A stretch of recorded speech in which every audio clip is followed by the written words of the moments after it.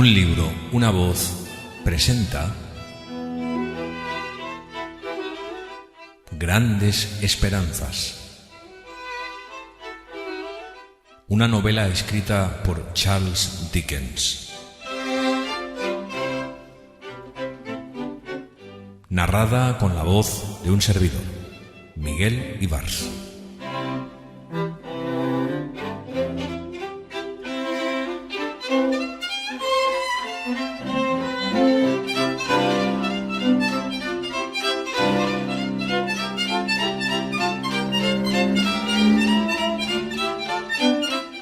Episodio 17 y último. Capítulo 57. Ahora que me hallaba completamente solo, avisé que tenía intención de abandonar las habitaciones que ocupaba en Temple tan pronto como pudiese ser rescindido el contrato de arriendo. Puse entonces el letrero de "se alquila", pues como tenía muchas deudas y disponía de muy poco dinero, empecé a preocuparme muy seriamente de mis asuntos. Podría decir mejor que me alarmaba tener energía y capacidad de comprensión suficientes para darme cuenta de ciertas verdades, aparte del hecho que me sentía muy enfermo.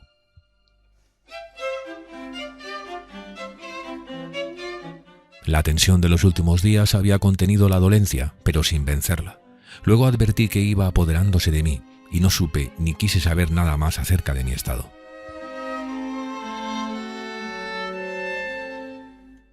Permanecí un par de días echado en el sofá o en el suelo, en cualquier parte, según el sitio donde daba la casualidad que me desplomaba.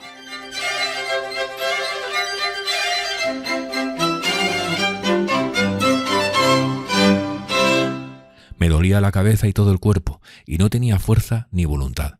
Una noche, que me pareció interminable, la pasé sumido en la ansiedad y el horror, y cuando a la mañana siguiente intenté sentarme en la cama para reflexionar sobre mi situación, me di cuenta que no podía incorporarme. Ignoro si en realidad había estado en Garden Court en plena noche, en busca del bote que imaginaba encontraría allí, o si 2 o 3 veces desperté aterrado en la escalera, sin saber cómo había salido de la cama. Si me vi encendiendo la lámpara convencido de que él subía por la escalera y de que todas las demás luces estaban apagadas. Si me sentí extrañamente atormentado por unas voces, unas carcajadas y unos gemidos de alguien, o había sido yo, como sospeché, quien los había proferido. Si había habido un horno de hierro cerrado en un rincón oscuro de la estancia y una voz misteriosa había gritado repetidamente que Miss Havisham estaba consumiéndose allí dentro. Aquella mañana, mientras yacía en mi lecho, pretendía aclarar todo eso meditando con calma. Pero entre mis ideas y yo se interponía el vapor de un horno de cal, desordenando aquellas por completo, y fue a través de aquel vaho, semejante a una nube, que descubrí a 2 hombres que me miraban. «¿Qué se les ofrece?», pregunté asustado. «No los conozco». «Está bien, señor», repuso uno de ellos, inclinándose y tocándome el hombro. «Este es un asunto que podrá usted arreglar en breve, pero por el momento queda usted detenido». «¿A cuánto asciende la deuda?» «A 123 libras esterlinas, 15 chelines y 6 peniques. Creo que se trata de la cuenta del joyero». «¿Y qué hay que hacer?» «Lo mejor será que venga usted a mi casa», propuso aquel individuo. «Tengo un aposento bastante confortable». Hice inútiles esfuerzos por levantarme y vestirme. Cuando volví a fijarme en aquellos sujetos, observé que se habían apartado de la cama y estaban contemplándome. Yo continuaba echado. «Ya pueden ustedes ver cómo me encuentro. Si pudiese los acompañaría, pero la verdad es que no puedo», dije. «Y si me llevan con ustedes, creo que moriré por el camino». Quizá contestaron o intentaron animarme a fin de hacerme creer que me encontraba mejor de lo que creía. Pero como ahora los recuerdo muy confusamente, ignoro qué hicieron, excepto que desistieron de su intento de que fuera con ellos. Que tuve una fiebre muy alta y padecí mucho, que deliraba con frecuencia y el tiempo me parecía interminable, que confundía mi identidad con otras posibles, que era una especie de ladrillo en la pared de la casa y anhelaba salir del lugar en que me habían colocado los albañiles, que luego me convertí en una barra de acero de una máquina gigantesca que giraba al borde de un abismo y que, sin embargo, imploraba a mi propia persona que se detuviese y se apartase de ella. Que pasé por todas esas fases de la enfermedad, lo sé perfectamente por los recuerdos que conservo y, hasta cierto punto, lo sabía al experimentarlas. También sé que en ocasiones luchaba contra gente real en la creencia de que se trataba de asesinos, pero de inmediato comprendía que me querían bien, y entonces me abandonaba, exhausto, en sus brazos y dejaba que me tendiesen en la cama. Comprendía todo eso, pero sobre todo, cuando estaba muy mal, veía que aquella gente sufría extraordinarias transformaciones, pues su rostro adquiría un tamaño enorme y, cosa rara, más tarde o más temprano todos se convertían en el rostro de Joe. Pasada la crisis, comencé a darme cuenta de que si bien todos los demás detalles cambiaban, esta visión del simpático rostro de Joe no variaba. Fuere quien fuere el que se acercaba a mí, seguía pareciéndose a él. Yo abría los ojos por la noche y veía a Joe sentado al lado de mi cama. Los abría de día, y junto a la ventana abierta y con las cortinas corridas estaba Joe fumando su pipa. Pedía yo una bebida refrescante y la mano que me la daba era la de Joe.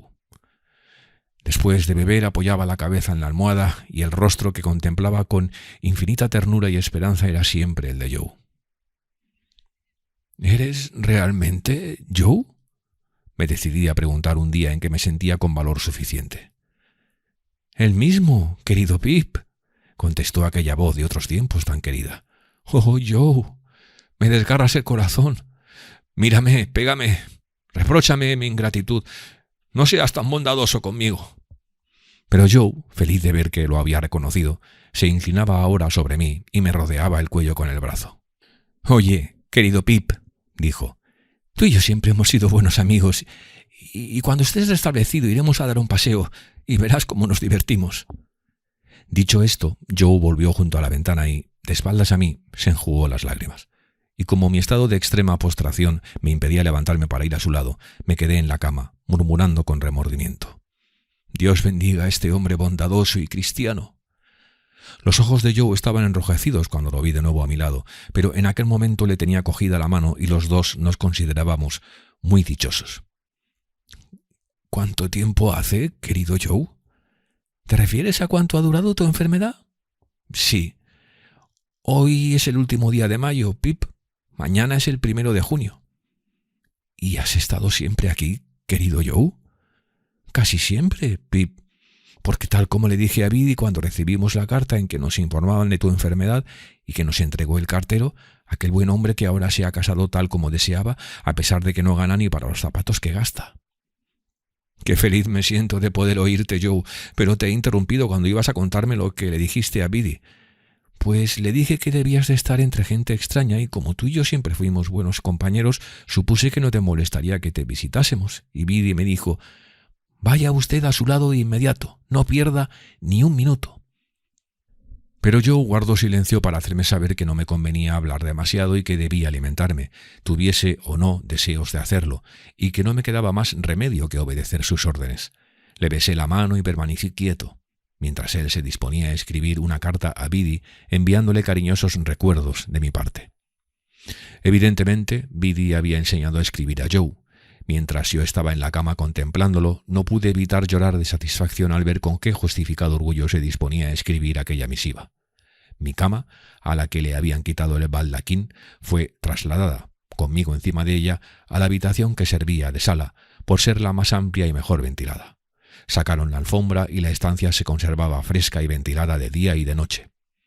Joe se sentó ante mi escritorio, que estaba en un rincón, y emprendió su gran tarea. Eligió ante todo una pluma, como si la sacara de un cajón de herramientas. Luego se arremangó como si fuera a empuñar un martillo para trabajar en el yunque. Tuvo que apoyar penosamente su codo izquierdo encima de la mesa y echar la pierna derecha hacia atrás antes de poder empezar, y cuando lo hizo, comenzó a escribir con una lentitud extraordinaria. Hacía rechinar la pluma. Se le había metido en la cabeza la manía de que el tintero estaba al otro lado de donde se hallaba en realidad, y eran muchas las veces en que pretendía mojar la pluma en el aire, aunque aún así parecía muy satisfecho del resultado. De vez en cuando tropezaba con algún pedrusco ortográfico, pero en conjunto lo hacía bastante bien, y cuando hubo firmado, después de quitar un borrón, se levantó y comenzó a dar vueltas alrededor de la mesa, examinando lo que había conseguido hacer con gran esfuerzo, y dio muestras de estar muy satisfecho. A fin de no importunar a Joe hablando demasiado, dejé para el día siguiente averiguar cómo seguía Miss Havisham. Cuando le pregunté si ésta se había restablecido, sacudió la cabeza con expresión de pesadumbre. «¿Ha muerto Joe? Oye, querido Pip, contestó con tono de reproche y procurando darme la noticia poco a poco. No voy a confirmar tal cosa, porque hay mucho que decir, pero el caso es que no... ¿Que no vive Joe? Esto se acerca más a la realidad, repuso. No vive. ¿Tardó mucho en fallecer? 1 semana o así, desde que caíste enfermo, respondió. ¿Te has enterado de quién va a heredar su fortuna? Te diré, Pip.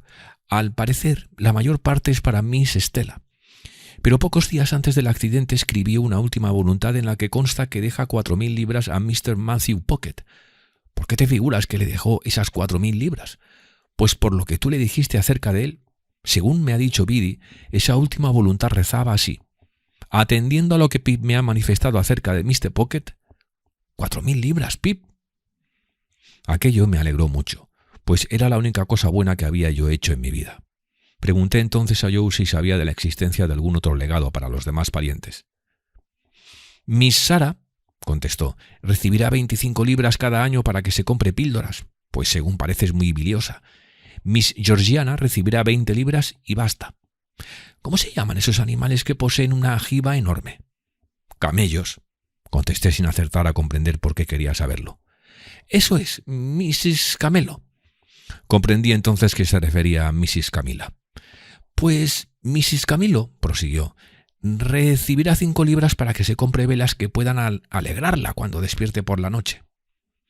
La precisión de aquellos detalles me hizo comprender que yo estaba bien enterado. Y ahora, agregó, todavía no estás bastante fuerte para comunicarte otras noticias. Solo voy a darte una más. Orlick entró a robar en su casa. ¿En casa de quién?, pregunté. No, espera. Creo que la casa de un inglés es un castillo, y los castillos solo deben asaltarse en tiempo de guerra. Además, fueran cuales fueran sus faltas, siempre fue un buen tratante de granos y semillas. Así, pues, ¿fue en casa de Mr. Pumblechook donde se cometió el robo? Eso es, Pip, repuso Joe. Le quitaron la caja de caudales con el dinero, le bebieron el vino, se hartaron de lo que encontraron, y no satisfechos con todo eso, lo abofetearon, le tiraron de la nariz y lo ataron al pie de la cama. Además, para que no gritase, le llenaron la boca con hojas de calendario. Pero Pumblechook reconoció a Orlick y éste ahora está en la cárcel. De aquella manera conseguimos poco a poco conversar sin reparo. Yo iba recobrando las fuerzas muy lentamente, pero hacía ininterrumpidos progresos y me parecía ser nuevamente el pequeño Pip. Porque el cariño de Joe me era muy necesario ahora que ya no me consideraba más que un niño en sus manos. Se sentaba a mi lado y me hablaba con idéntica confianza, sencillez y protección que en otros tiempos, hasta tal punto que llegué a figurarme que todo lo que me había ocurrido desde el día en que había abandonado la vieja cocina de la casa de Joe no había sido más que una de las numerosas pesadillas provocadas por la fiebre y que ya se había desvanecido por completo.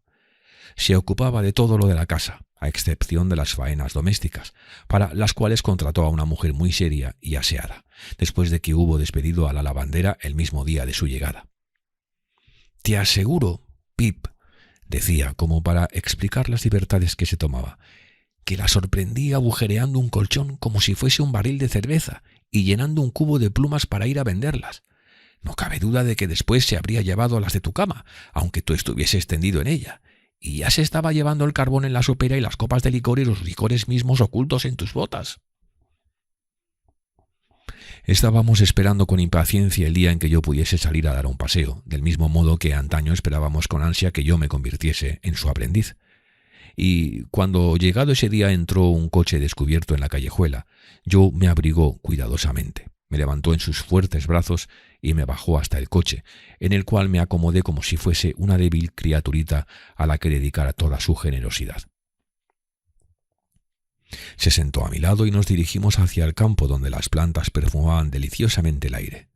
Era domingo, y al observar la encantadora belleza que me rodeaba y pensar en lo mucho que había crecido y cambiado todo, y en cómo habían florecido los arbustos y se habían hecho más fuertes las voces de los pájaros, de día y de noche, sin cesar, bajo el sol y bajo las estrellas, mientras que yo, desdichado de mí, me encontraba tendido, ardiendo a veces de fiebre y retorciéndome en un lecho, solo el recuerdo de éste parecía bastar para interrumpir mi paz.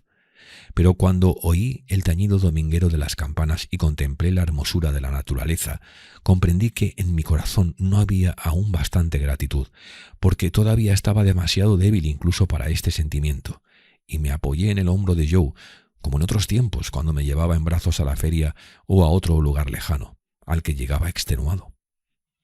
Al cabo de un rato me sentí más animado y comenzamos a hablar como solíamos hacerlo, sentados en la hierba. Joe seguía igual que siempre. Era exactamente el mismo, fiel, recto y sencillo. Cuando estuvimos de regreso me levantó y me llevó en sus brazos con tanta facilidad a través del patio y por la escalera que vino a mi memoria aquella víspera de Navidad tan llena de acontecimientos en que me llevó a cuestas por los pantanos.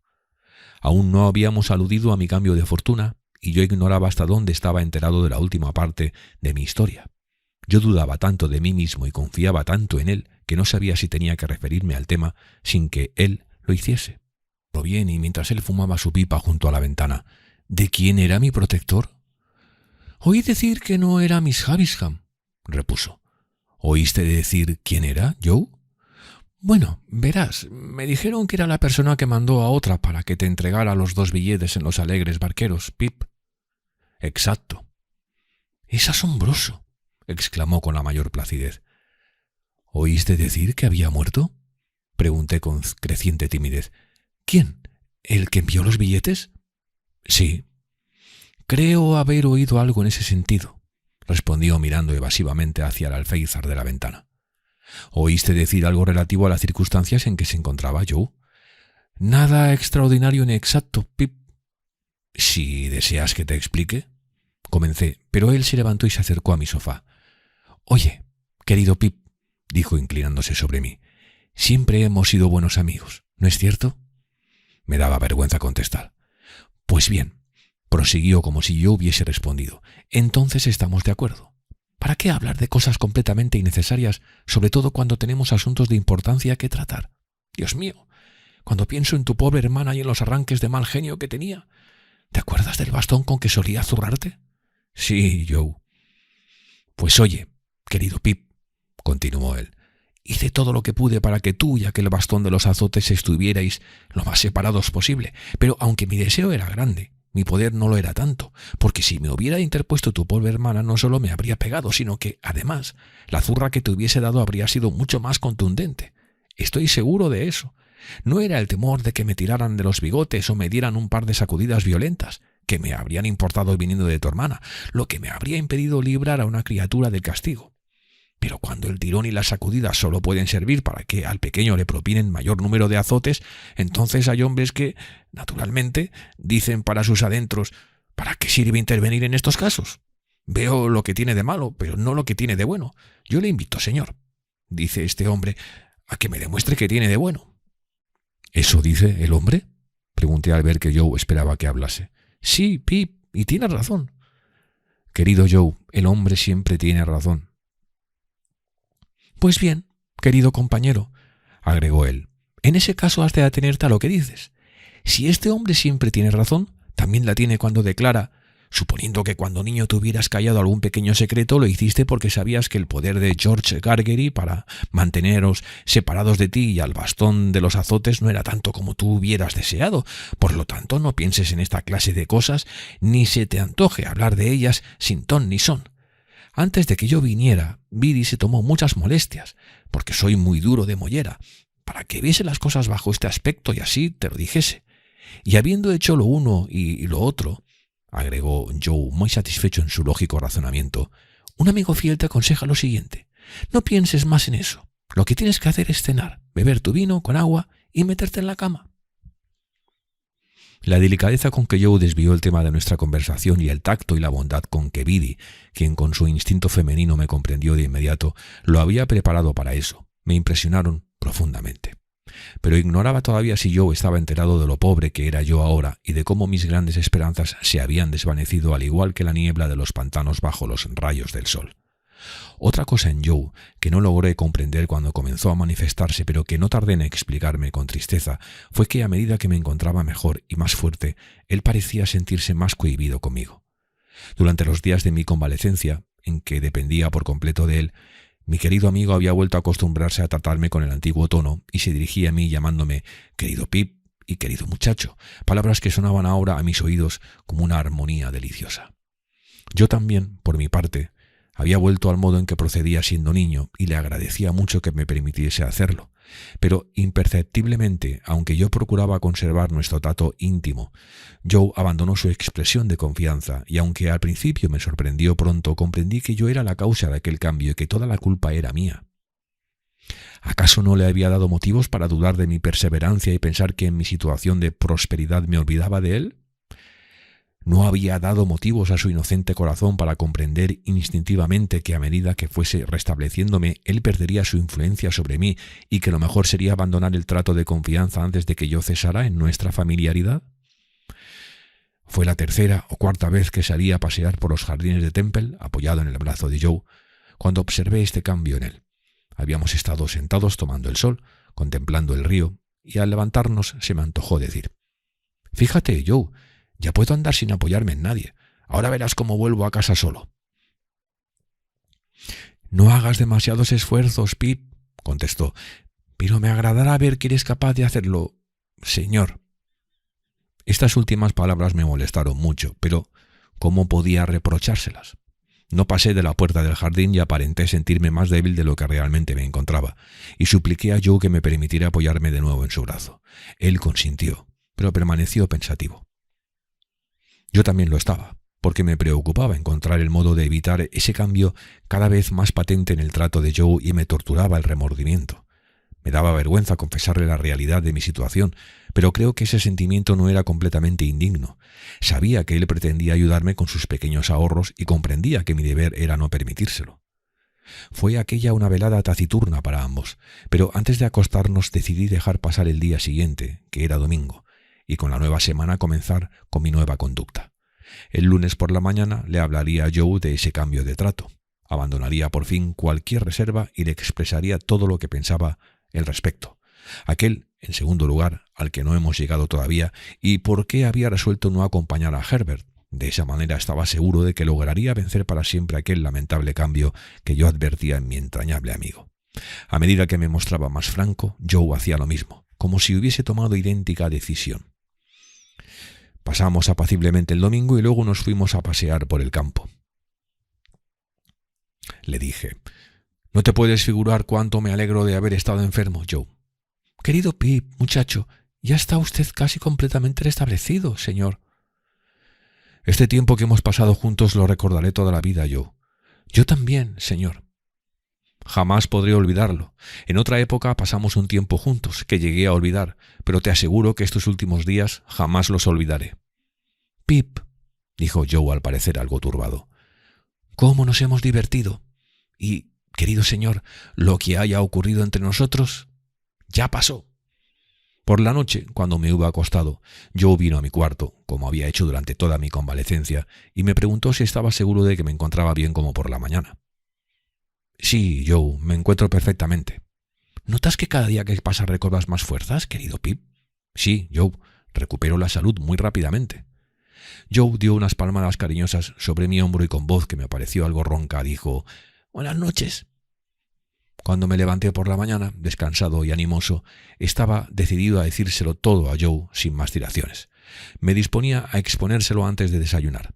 Ante todo me vestiría e iría de inmediato a su habitación para darle una sorpresa, pues aquel era el primer día en que me levantaba temprano. Entré en su dormitorio, pero vi que no estaba allí. Y no solo había desaparecido, sino también su baúl. Corrí entonces hacia la mesa en que solíamos tomar el desayuno y en ella encontré un papel escrito, cuyo lacónico contenido rezaba así: «Como ahora ya estás completamente restablecido, me he marchado porque no quiero molestar. Joe. Postdata. Siempre los mejores amigos». En esta carta iba incluido el recibo de pago de la deuda por la que yo había sido detenido. Hasta entonces yo había imaginado que mi acreedor había retirado o suspendido la demanda en espera de mi completo restablecimiento, pero nunca habría sospechado que yo hubiese abonado el importe.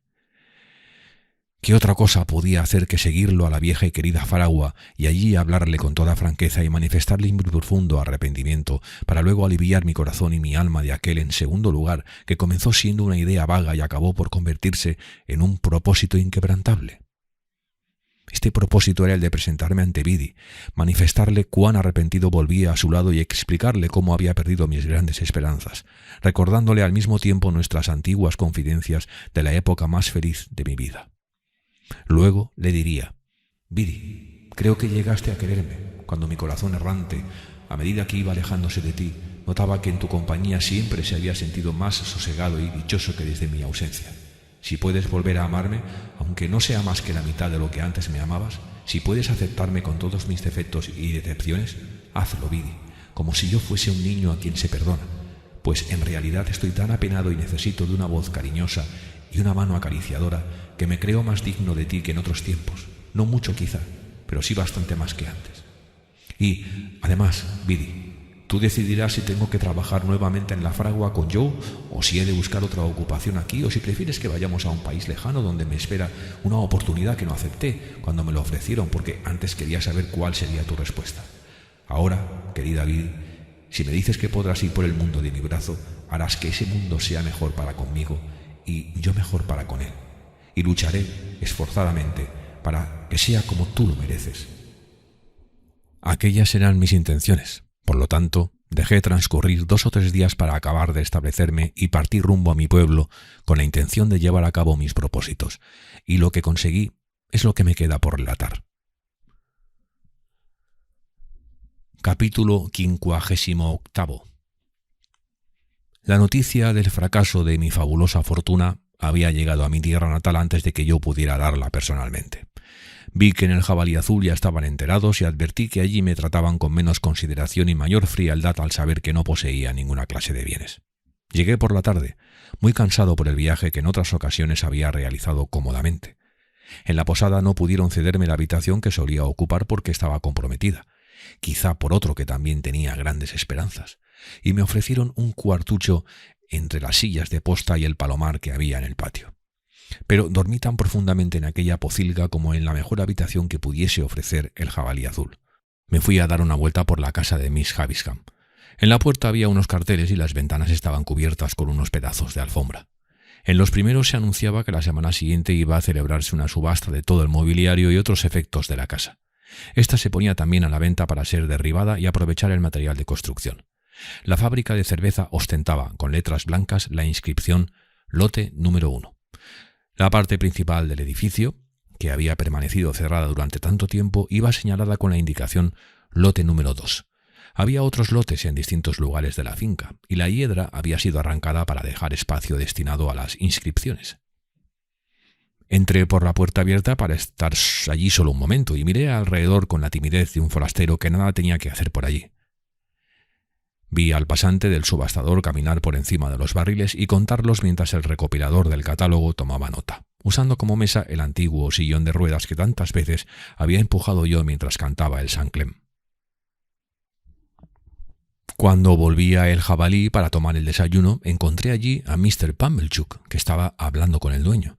El primero, que aparentemente no había mejorado de su reciente aventura nocturna, me estaba esperando y me dijo: «Lamento infinitamente verlo en tan mala situación, joven, pero ¿qué otra cosa podía esperarse?». Me tendió la mano con ademán de generosa indulgencia, y como yo, a consecuencia de mi enfermedad, no me sentía con ánimos para discutir, se la estreché. «William», exclamó Mr. Pumblechook llamando al camarero, «pon un panecillo en la mesa. Así ha acabado, así ha acabado». Yo me senté de mala gana ante mi desayuno.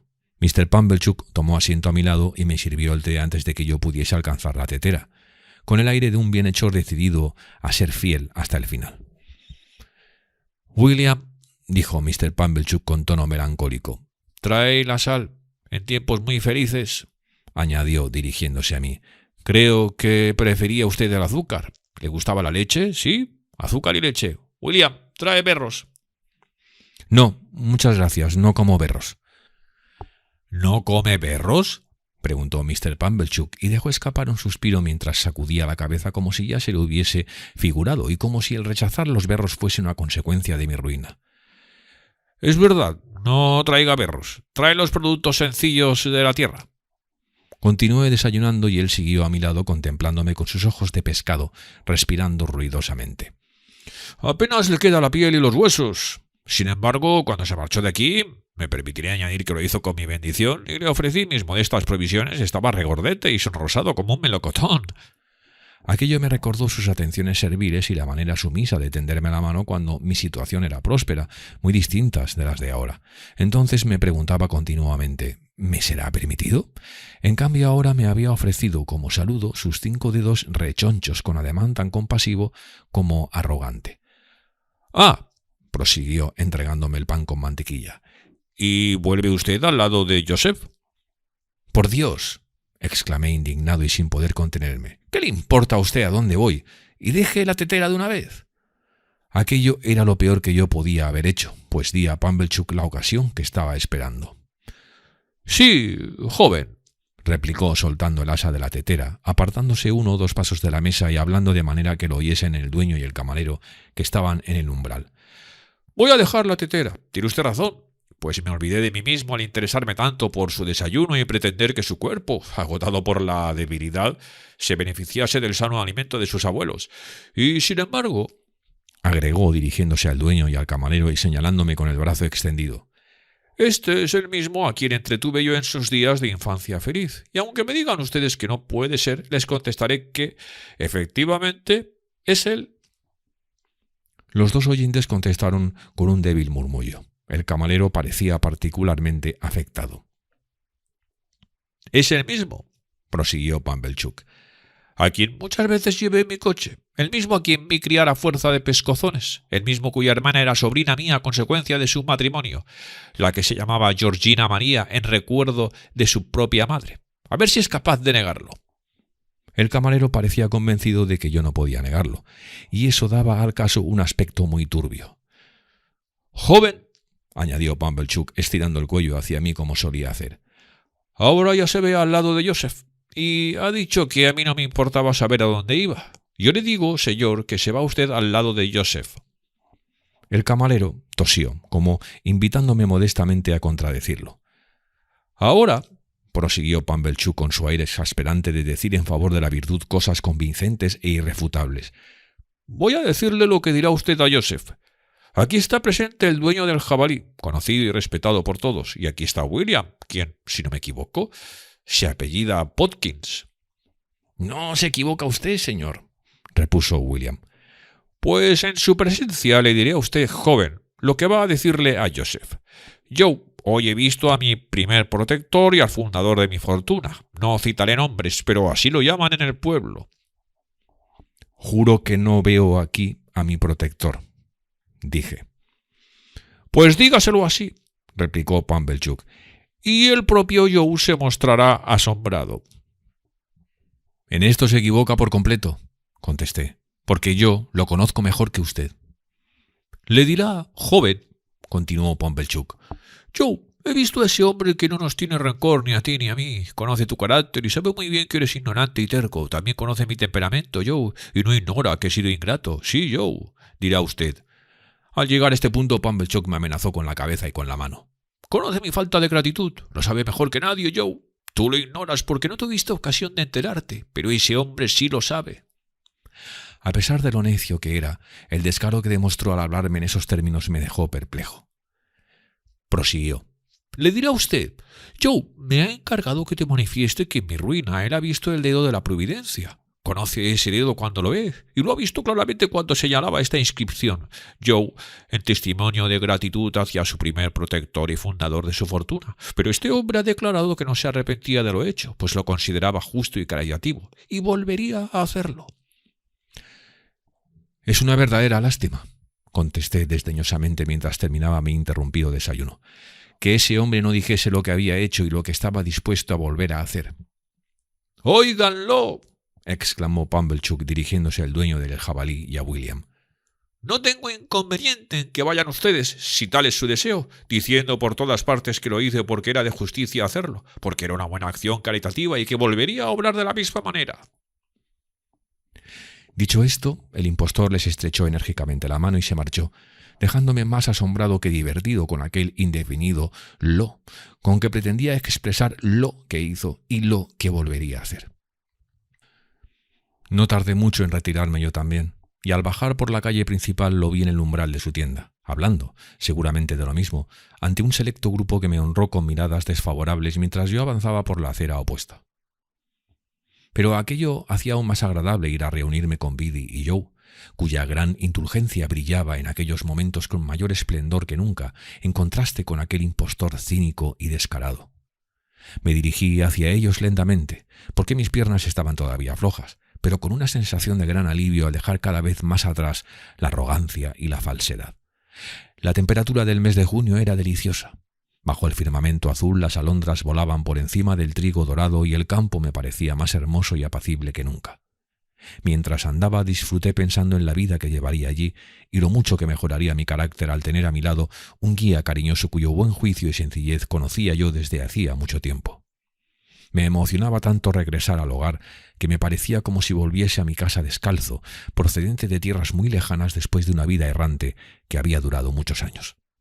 Nunca había visto la escuela de la cual Biddy era maestra, pero la calleja por donde pasé al entrar en el pueblo para no llamar la atención me condujo al umbral de ella. Me llevé una decepción al ver que no era día de clase. No se veía ningún niño y la casa de Biddy estaba cerrada. Deseaba verla ocupada en su tarea cotidiana antes de que ella advirtiese mi presencia y mi esperanza se desvanecía. Pero la fragua no estaba lejos y hacia allí me dirigí bajo a las copas de los verdes tiros, esperando oír la armonía del martillo de Joe al golpear el hierro en el yunque. Mucho después de haberme figurado que lo oía, me di cuenta de que todo había sido pura ilusión, pues todo se hallaba sumido en el silencio. Allí estaban los tilos, los castaños y los zarzales, y sus hojas producían un murmullo melodioso que me detuve a escuchar, pero el aire estival no extendía el eco agradable de los martillazos de Joe. Casi temiendo, sin saber por qué, el momento de llegar a la fragua, la divisé por fin y observé que estaba cerrada. No había en ella resplandor de llamas, ni chispas, ni rugido de fuelles. Todo estaba sumido en la quietud más absoluta. Sin embargo, la casa no estaba deshabitada, pues en la ventana se agitaban unas cortinas blancas. Estaba abierta y su alféizar cubierto de flores. De pronto Joe y Biddy se presentaron ante mí cogidos del brazo. En el primer momento Biddy soltó un grito, como si yo fuese una aparición, pero al poco corrió a abrazarme. Lloré al verla, y ella sollozó también. Yo de alegría por su aspecto lozano y encantador, y ella de tristeza por lo pálido y demacrado que yo estaba. «¡Qué hermosa estás, querida Biddy!» «Gracias, querido Pip». «Y tú, querido Joe, qué saludable se te ve». «Gracias, querido Pip». Me quedé contemplándolos, primero a uno y después al otro, hasta que... «Es el día de mi boda», exclamó Biddy con expresión de felicidad. «Acabo de casarme con Joe».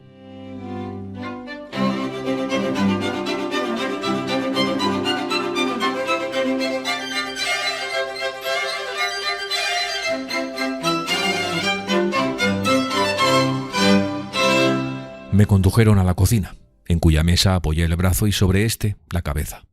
Biddy acercó una de mis manos a sus labios y Joe me acarició amorosamente el hombro.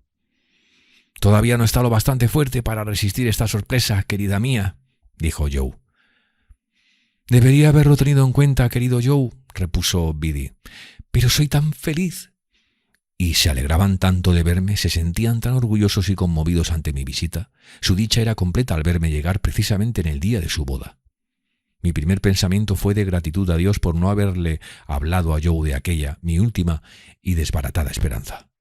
Cuántas veces mientras me atendía durante mi enfermedad estuve tentado de confesarle mis ilusiones, y cuán inevitable habría sido hablarle de mis sentimientos y propósitos si él hubiese permanecido conmigo solo una hora más. «Querida Biddy», dije, «tienes el mejor marido del mundo, y si lo hubieses visto a la cabecera de mi lecho de enfermo, lo habrías. Pero no es posible que lo ames más que ahora». No es posible», exclamó Biddy. «Y tú, querido Joe, tienes la mejor esposa del mundo, que te hará dichoso como mereces serlo. Mi querido y bondadoso y noble Joe». Él me miró con labios temblorosos y se pasó el brazo por los ojos. «Y ahora, Joe y Biddy, como hoy habéis estado en la iglesia y os halláis en paz con toda la humanidad, recibid mi humilde testimonio de gratitud por todo lo que hicisteis por mí y que yo he pagado tan mal». Y al deciros que dentro de una hora partiré rumbo a un país extranjero y que allí no descansaré hasta haber ganado el dinero con el cual me librasteis de ser encarcelado y que os mandaré en cuanto me sea posible, no vayáis a creer que aunque os lo devolvería 1000 veces consideraré saldada la deuda que tengo con vosotros, o que no quisiera hacerlo si pudiese. Los dos se mostraron muy emocionados al oír aquellas palabras y me rogaron que no prosiguiera. Pero he de deciros otra cosa, querido Joe.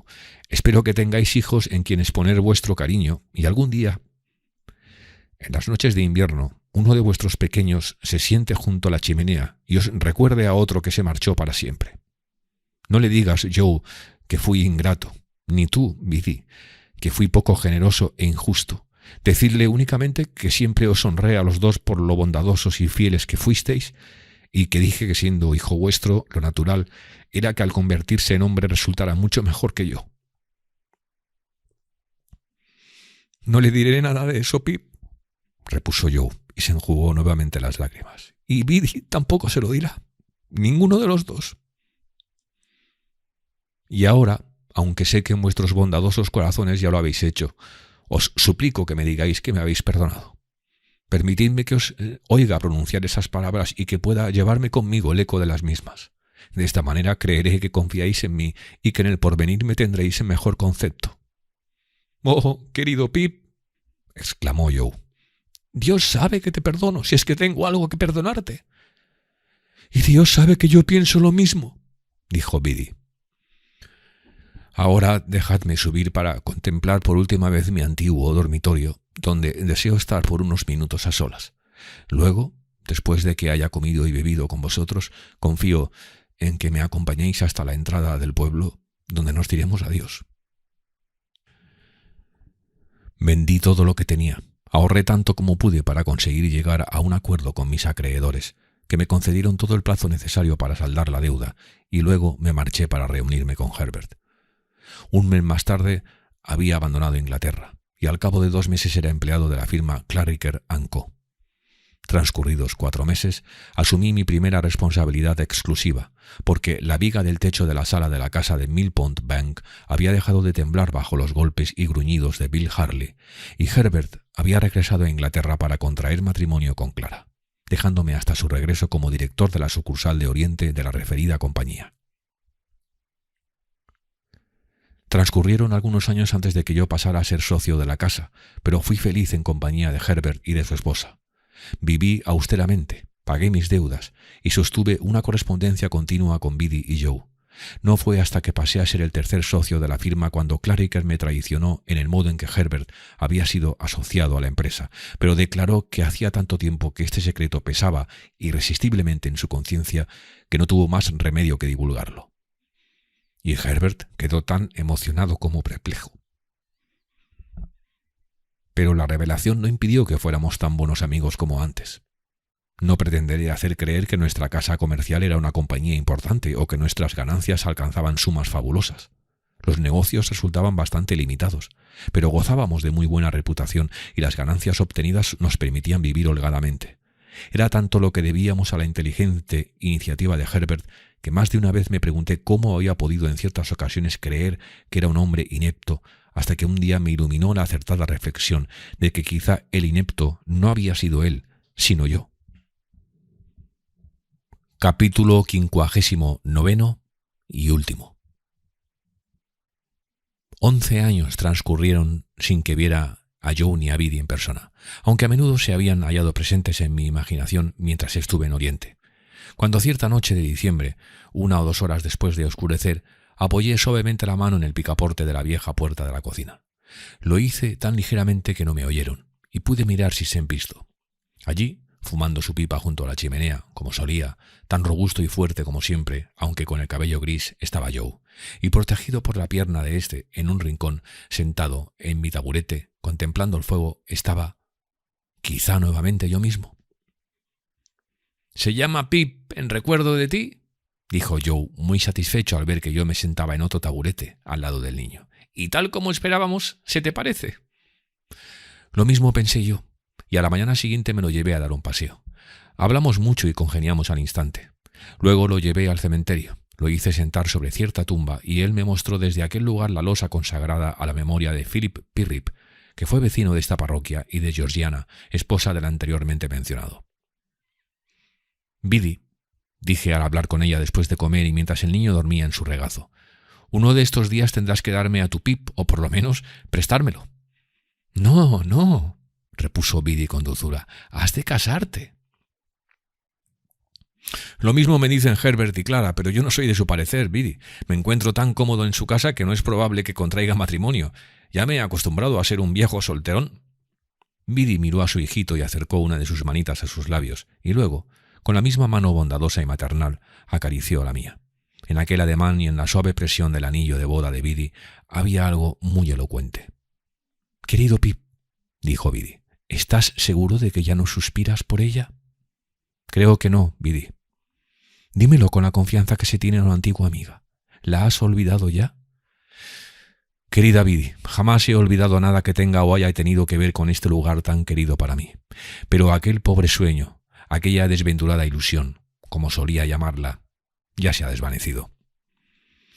Sin embargo, mientras pronunciaba aquellas palabras, sentía el secreto y ferviente deseo de volver a visitar aquella misma noche el lugar donde existió la antigua casa, solo para evocar el recuerdo de ella. Sí, el recuerdo de Estela. Yo estaba enterado de que era muy desdichada y que se había separado de su esposo porque éste era terriblemente cruel con ella. Se había hecho tristemente famoso por su orgullo, su avaricia, su brutalidad y su bajeza.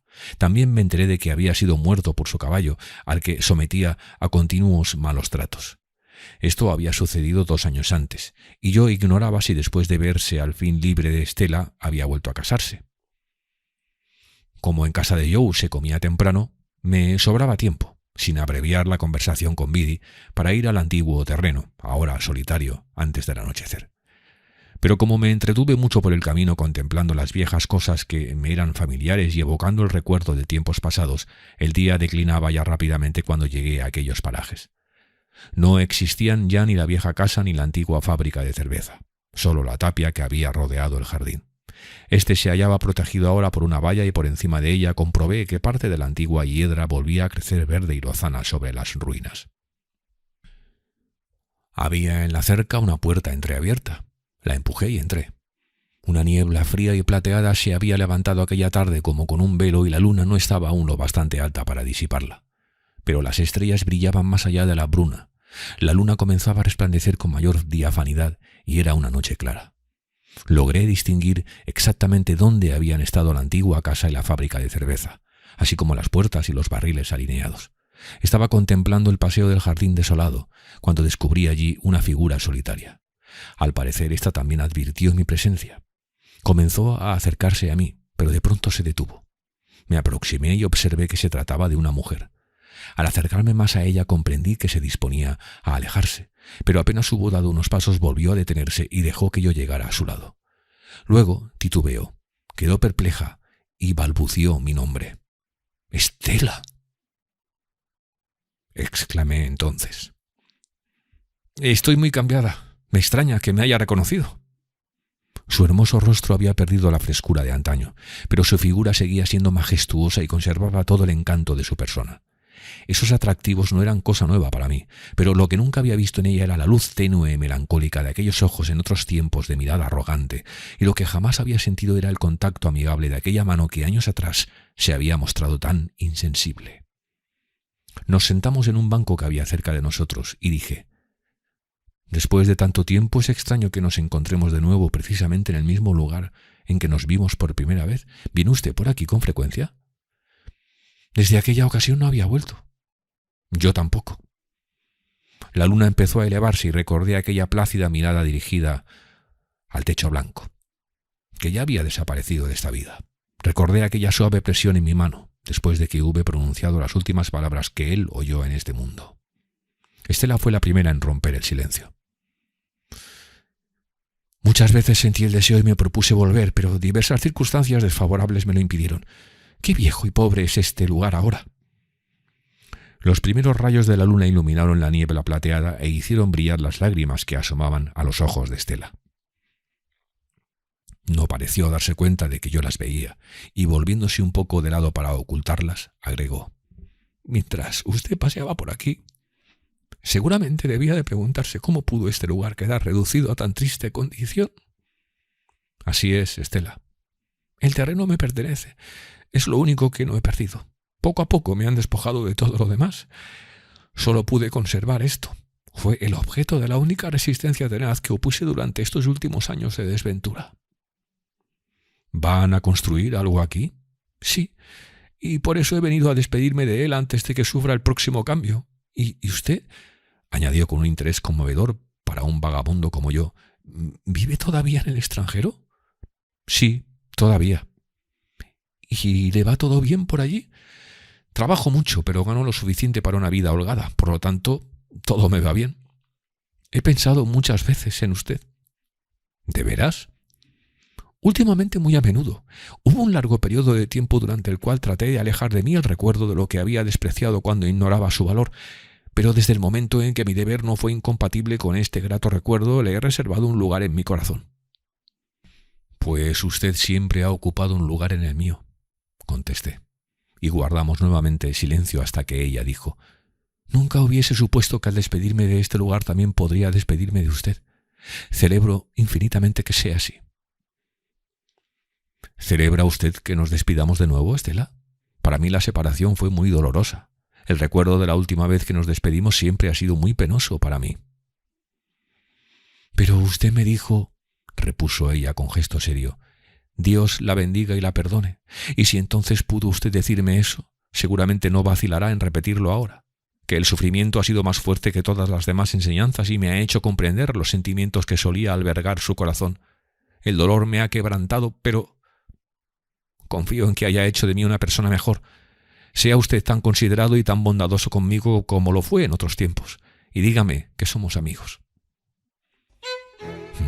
Somos amigos, repetí yo, poniéndome de pie e inclinándome cuando ella abandonaba el banco. Y seguiremos siendo amigos, aunque vivamos distanciados, dijo Estela. La cogí de la mano y salimos de aquel triste lugar, y del mismo modo que en otro tiempo se levantó la niebla matinal, cuando abandoné la herrería, se elevaba ahora la bruma de la noche, y en la larguísima extensión de luz tranquila y velada ya no vi la menor sombra de separación que me hiciera temer que iba a perder de nuevo a Estela.